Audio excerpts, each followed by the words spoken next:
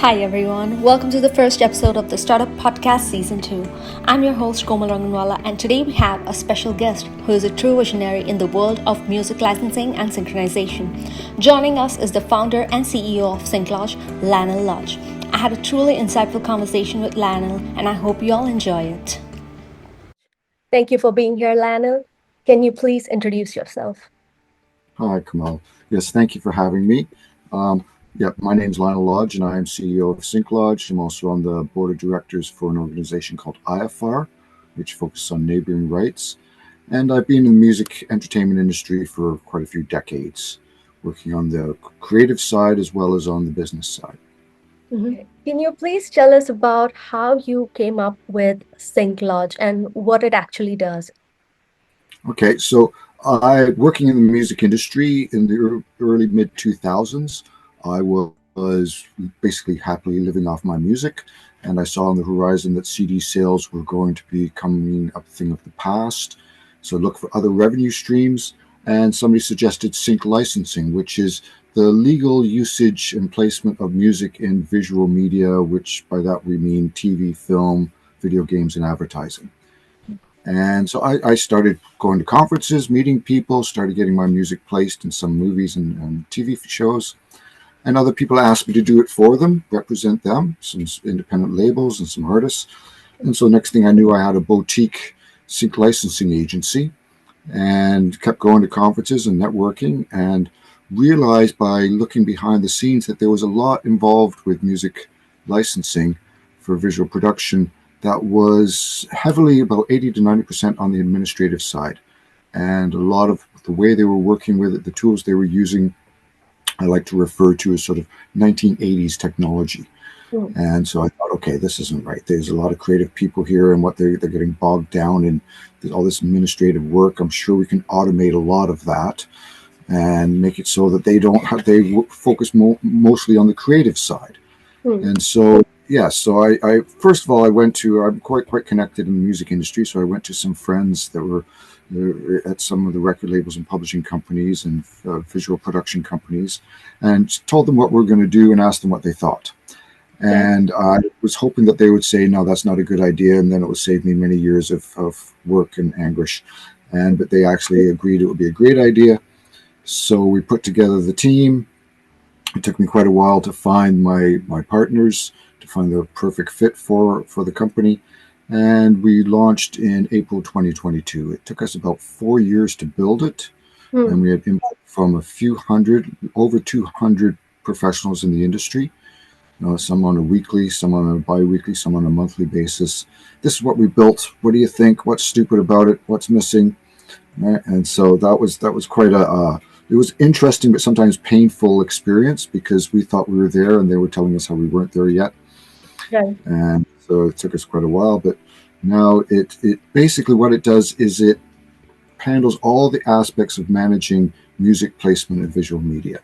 And our main focus is on the visual media companies and a position that's called a music supervisor. So the producer or the director of the visual production says, this is the music we're looking for this scene and this sort of thing. And the music supervisor goes out and finds it, and then what's called clears it. So they get in touch with the copyright owners and they say, can we license this? These are the terms, these are the conditions, this is the money we're offering. They pre-clear it. Then if it gets approved by the visual production team, then they handle the contracts and get it licensed. But music supervisors also do a lot more than that. That's really a basic overview. Absolutely. And did you have any background with software and software making or computers, or was it just with your experience in music? Well, I did have, in a very small way, in the 90s, I ran a company that was a live music booking agency in the UK.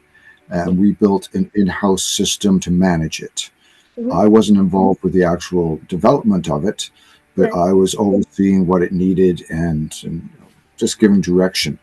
And so, but SyncLodge is by far the biggest thing I've ever been involved with. And the technology, it's been a steep learning curve for me. I still don't code.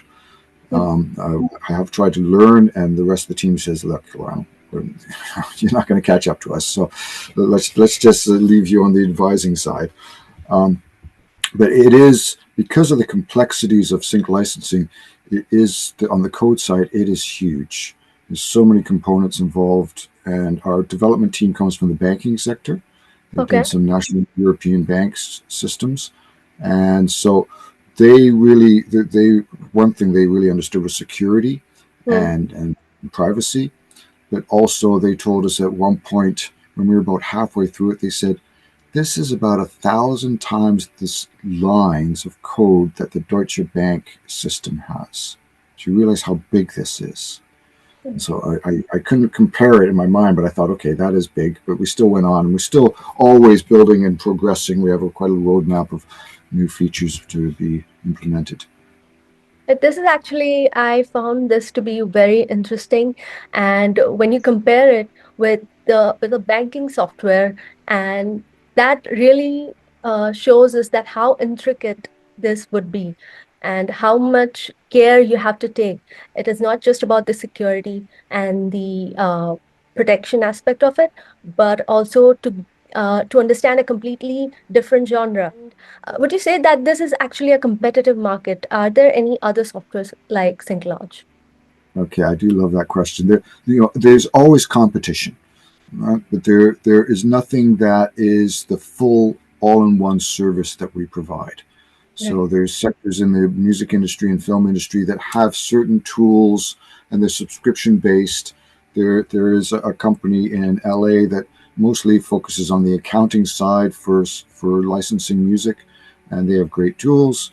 But ours is, we started calling it an ecosystem, but then people have told me that's a bit of an out of date phrase. Um, but it really has portals for all the stakeholders to work together, Hmm. and we allow them to connect to each other. We're not a marketplace or an agency, and we don't curate any music. This is one of the things that stumbles a few people. We're not a library, Right. and so what we do is we access all the world's released music, Mhm. and then its associated data. Hmm. And this is a very simple process for the music supervisor to do, to search for music and then add it to a project. But then they can reach out directly. Our system tells them who are the copyright owners, who they need to license it from, Hmm. and then they deal directly with them. Hmm. You see, so part of uh, our whole thing is to empower creatives and let them build their own networks and not be the middleman in between that's controlling it all. The other side of it is we need a really big team to actually manage all the requests, because Right. we are in 27 countries right now and growing quite quickly.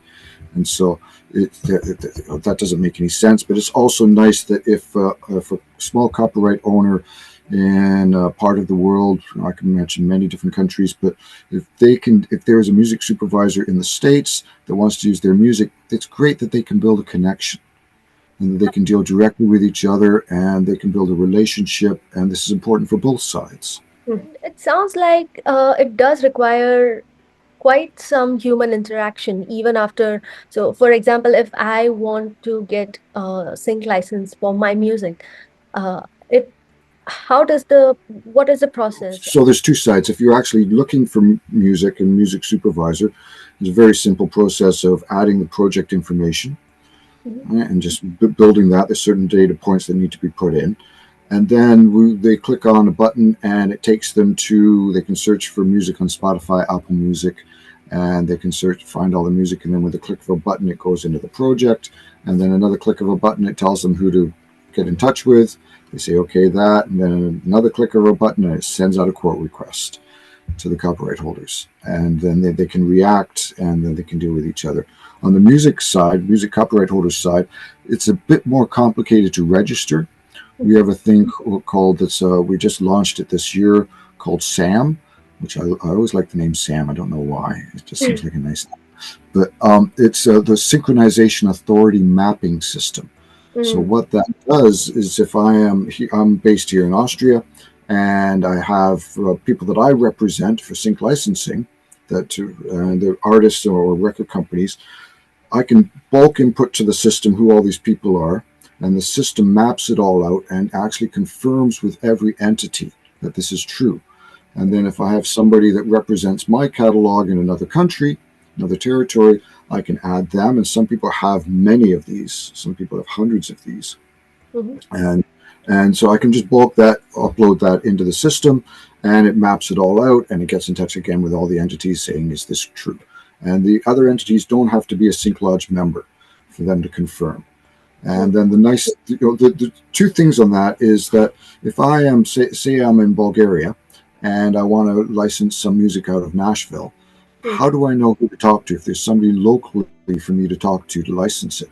Right. And our system tells them, for this music, this is the closest entity to you. It might be somewhere else in Europe. Maybe they don't have an office in Bulgaria, but this is the closest entity. But this is the original publisher and the original record company, and these are the songwriters and composers, and there's a lot of identification codes in the music industry for individuals, for companies, for music, for recordings, and it auto-populates all of that.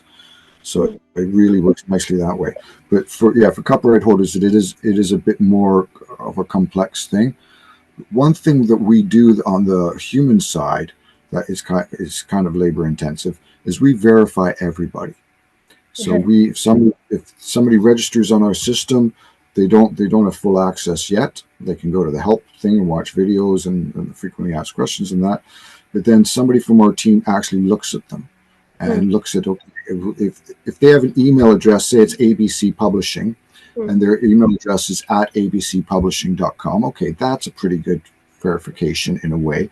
But then we also look on their website, the company's website, to see if the person's mentioned, to see if there's any, if the person's name is there. If not, we will get in touch with the company and say, this person is saying they represent you. And is this true? Some companies get quite surprised by that somebody actually phones them up and asks them. And so we verify everybody, and the reason for that is it's all professionals on the system. Can you explain about how the software is free? Is there any nuance to that? Any aspect that I missed? This is something that a lot of people go, what? How can it be free? Okay, so the premise behind that is that a lot of it, to empower creatives, we don't want to just empower the people that have large budgets. Right. We want to actually empower what I call the new generation, the independents. So how do we do that? They're not making much money. There's a lot of services that have small tools at different sectors for the industry, and they charge them a monthly subscription, and they show them, oh, we've got this music in Netflix, we've got this music in Amazon Productions, we've done this. You can never guarantee that you're going to get somebody a placement, right? You can't. You can't do that. So this is basically a taxing on the lower level income creatives, right? And I don't agree with that. And then on the other side is the music supervisors. They don't make a lot of money, right? They really don't. They're probably the lowest earners out of the whole chain. And so to offer them tech and offer them a monthly subscription, which would be quite a bit. Like we were told before we launched that we could charge between £3,000 and £5,000 a month for our tech. Okay. Right? But then my reaction was, okay, so maybe there's 50 to 100 companies that can afford that. Then what? Right? Then okay, that's the end of our growth, and also what happens in the industry. The big guys get the great tech, and the small guys have to work a lot harder, and it's a lot more cumbersome. And new film production, an independent film producer or director doesn't have the best tech, so it's a lot more costly for them time-wise. That doesn't make sense. So yes, we made it so there's no membership fees, no sign-up fees, right? But it's not totally free, okay? All right, okay. So we haven't turned it on yet, but our first tier of revenue is we will charge 2% of the license fee to the copywriters when they get the deal. So if they get a $10,000 deal for a license, then we get $200. Right? For everybody we talk to, they go, okay, well, that's nothing, right? And it will come out of something that they weren't expecting. So it's a win-win that way. And also the idea of, I believe in standardizations for systems. And the music industry is rife with non-standardized systems. Every country has a little bit of a way of dealing with things, different forms, different documents, different namings of things. So I like standardization. So the idea of SyncLodge becoming the standard system for the industry to use, the only way to do that is not have a barrier for entry. That sounds actually very noble and inspiring. And I'm sure that once our audience gets to know about this, it is going to motivate a lot of people and music enthusiasts like myself. Ever since I came across Sync Lodge, I was very interested in knowing more about this. Point out before we move on is for music, especially independent artists, make sure that all your music is properly registered.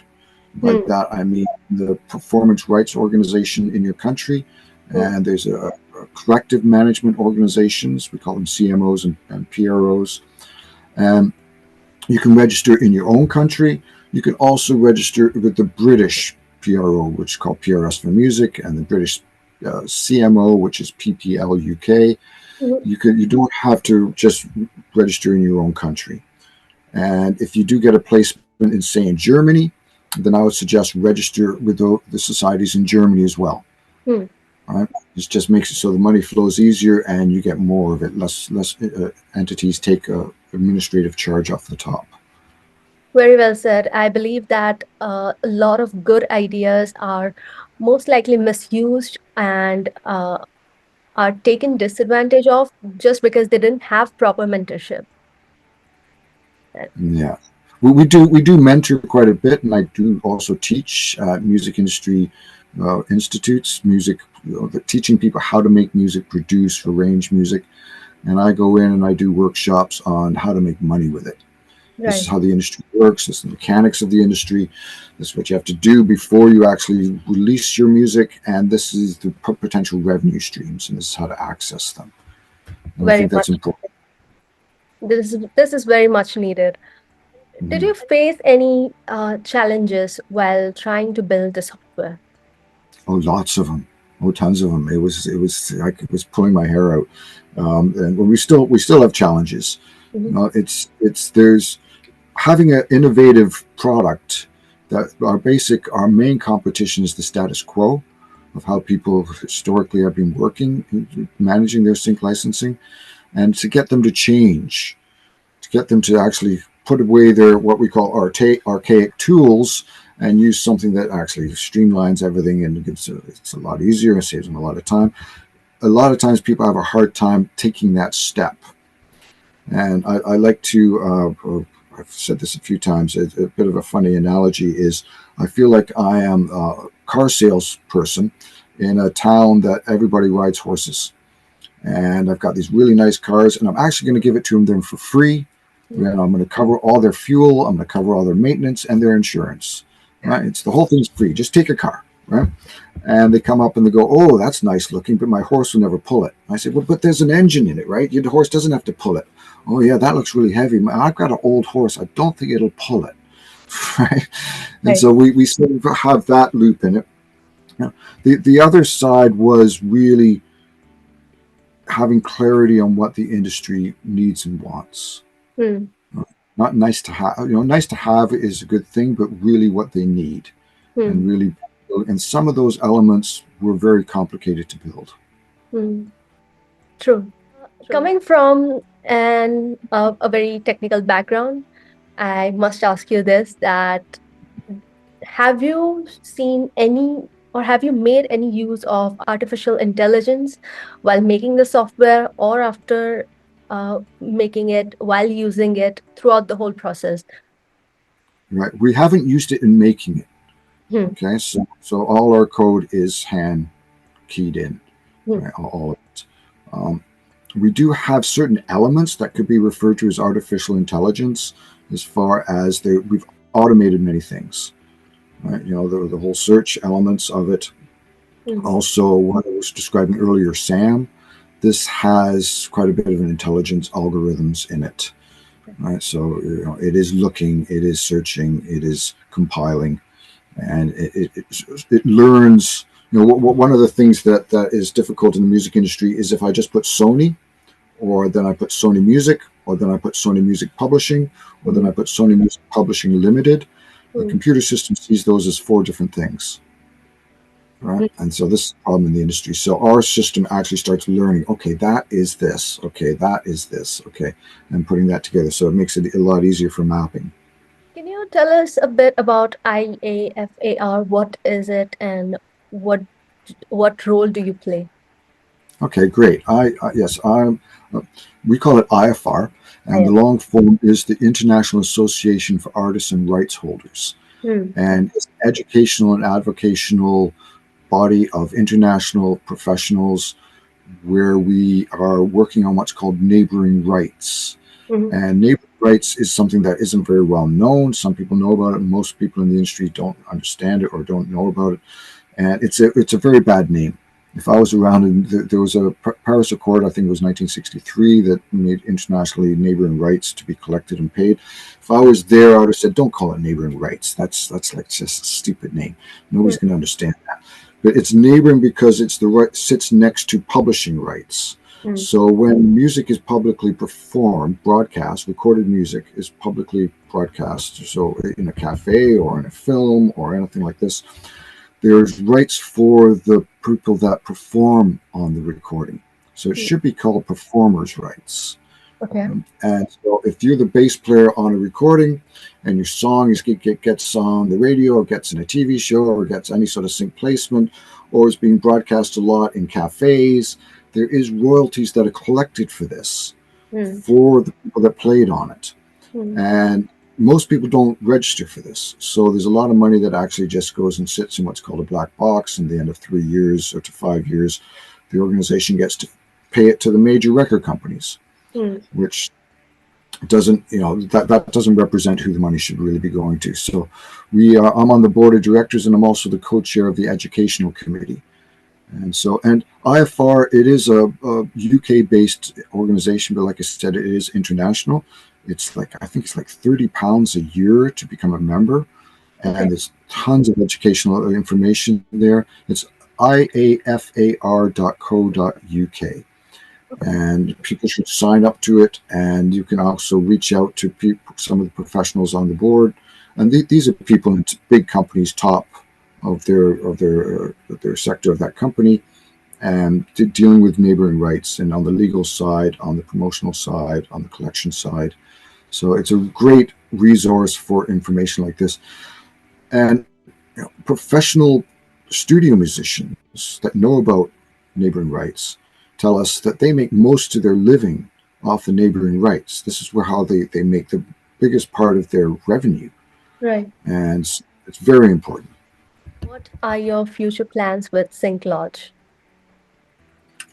World domination comes to mind first. Yeah, we have a roadmap of quite a few things we are working on and want to work on. But the main thing is expanding into new territories. And so with that, looking for people that are locally based and that are professionals that understand and work in the entertainment industry already and will represent SyncLodge in their territory. This seems like an easy thing to do, but it's not. Right. And finally, is there anything that you would like to share with our audience based on your insights and experience? Well, one of the things I do get asked about, I have started quite a few different companies over the years, and a couple of my nice exits on. And one of the things I have learned, if you are working in a startup, have an idea and want to put a company together, the main bit of advice I say is choose your partners very, very carefully. You're going to be, it's far more intense than marriage. And it's going to be many years, and you're going to be dealing with each other. And make sure, when I chose my partners, I sat them down, we sat together, and I asked them, I didn't go into the business at first. I just asked them about themselves and asked them difficult questions. You don't want to be asking the difficult questions when there's a heated issue, right? So I really want to know who they were, what their views on things were, and knowing them as a person first, and then going into the business side. And this I find, I have a great team. We are a great team, and we're friends, and we get along, and we all work hard together. And we have a philosophy in the company that we call transparent radical transparency and radical honesty. And this is a concept that was basically, the phrases were coined by Ray Dalio from Bridgewater Investments. And it basically means that everything that we're doing in the company, everybody at the company knows and has access to the communications about it. Everything. Everything. And anybody in the company can stand up and say, I don't like that idea, regardless of what their focus is, regardless of what their sector of the company they're working on. And they can, I love to be challenged. If I say, I think we should do this, and somebody else says, I don't like that idea, they have to have a why. And it's best if they have an alternative. But they really have to have a why, and it can't just be because I don't like it. That's okay. That doesn't work. Right? But they have to have a logical reason why, and that's great. And actually, in some companies that I've worked in or been associated with in the past, it seemed like the hierarchy didn't like to be challenged, and you got a bit of a bad check next to your name because you challenged one of the top managements. In our company, you get a nice gold star next to your name if you come up with a better idea, or you save us from doing something stupid. Right? Or something, or doing it in a way that's going to be cumbersome and waste resources. Right? So this is, that's my advice. I completely agree. That is great advice. Constructive criticism is what helps you get ahead, right? It is what helps you grow. And sometimes it's the outside perspective that has the clearest view. Absolutely. Very well said. Thank you so much, Lionel. It was great talking with you. And thank you very much. And that wraps up the first episode of the Startup Podcast Season 2. A huge thank you to Lionel for sharing his journey, insights, and wisdom with us. To all the fellow music enthusiasts and creators, check out www.synclodge.com. All the links are mentioned in the description of this video. Thank you so much for tuning in. Do not forget to subscribe to our channel for more inspiring conversations with industry leaders like Lionel Lodge. Do like this video if you liked it, and please share your thoughts in the comments section. Until next time, keep creating and keep the music playing. This is Komal Ranganwala signing off.